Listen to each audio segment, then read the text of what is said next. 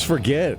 Dad burn it every time I play that song. It means another trip to the speaker store for some new woofers for our Serwin Vegas here in the room.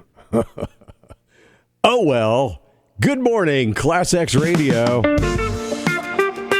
9:36 in the morning. It's Bill Spry. Thank you for joining us here at ClassX Radio as we jump into the classic rock news and see what is going on. Well, the Grammys for the rock categories were announced during the pre-show premiere ceremony Sunday, and maybe it had viewers questioning what year it was. Well, you see, the Beatles' Now and Then, referred to as a Fab Four's final song, won the Best Rock Performance.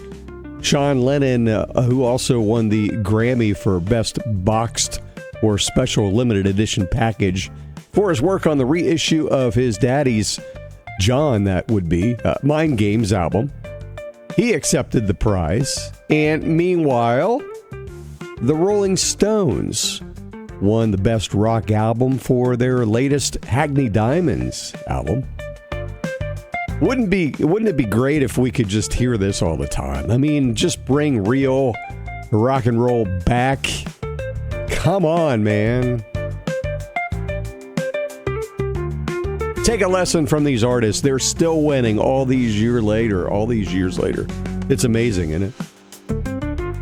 Paul McCartney is the latest artist to pay tribute to British singer-actress Marianne Faithfull, who passed away last Thursday. He said, what sad news, Marianne Faithfull has passed away. She came into my life in the 60s and was a beautiful, sweet 17-year-old girl who radiated innocent joy. Then through the years, I was lucky enough to run into her and become a lifelong friend. He went on to say it was very sad to think he won't be able to meet her again, but my memories of our encounters over the years will always bring me joy. Indeed, a sad thing. He went on to say, may God bless you, Marianne, and guide you in the next steps of your journey. The sons of McCartney's Beatles bandmate John Lennon also paid tribute to Faithfull on social media, with Sean sharing a picture of her with a caption of R.I.P. and miss you, while Julian Lennon called her a uniquely special soul and one of a kind, adding that she was someone who truly did stand out among her contemporaries. And even though he's no longer with us, it looks like yet another new David Bowie album will be released for Record Store Day this year. This time around, a live album. It's called Ready, Set, Go, Live Riverside Studios 03. And it's a recording of Bowie's September 8th, 2003 interactive music satellite event. It took place at Riverside Studios in Hammersmith, London, and played in 86 theaters in 26 countries and featured questions and answers with Bowie. The special one-off concert featured Bowie's first ever live performance of his then new album called Reality, where he performed the album in its entirety, and the new live release features the complete 11-song main set for the first time, along with 3 previously unreleased tracks. It's going to be released April the 12th for Record Store Day and will be available on double vinyl and single CD. Well, recent rumors suggested that the Rolling Stones were about to announce a tour of Europe and the UK, but a new report suggests it's not going to happen. The UK outlet The Times claims that while several multiple date options were presented to the band members regarding a European and UK trek, they've decided against the tour. The article cites complications with venues and travel, as well as existing commitments for why they opted against it. While the report says they won't be touring overseas in 2025, it adds that they're hoping to possibly do it in 2026. The Stones last hit the road in 2024, touring the U.S. in support of their most recent album, Hackney Diamonds. And it looks like AC/DC will return to Europe this summer to continue their Power Up tour. The band will play 12 dates across 10 countries.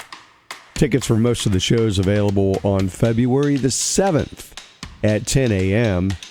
And the band will also return to the road in North America for the first time in 9 years this year with their Power Up North American tour. The band will perform in 13 stadiums, coast to coast, this spring, and the whole thing kicks off on April the 10th. And it looks like Def Leppard has released a new song. Proceeds going to help the victims of the California wildfires. They debuted a cover of Ben E. King's classic Stand By Me, which was recorded for the Netflix movie Bank of Dave 2, The Lone Ranger, which the band has a cameo in. Here's just a little piece of it. And the moon is the only light we'll see. No, I won't be afraid. No, I won't be afraid. Proceeds from the song will be donated to Fire Aid, with money being used for those affected by the California wildfires and to support efforts to keep such disasters from happening again. And that track is now available via digital outlets. And don't forget, you can find these classic rock news updates now on TikTok.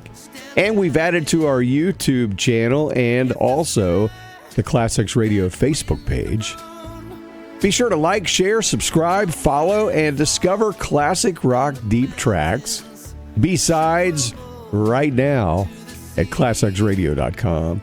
You can also catch us on our TuneIn channel and our mobile app on your app store.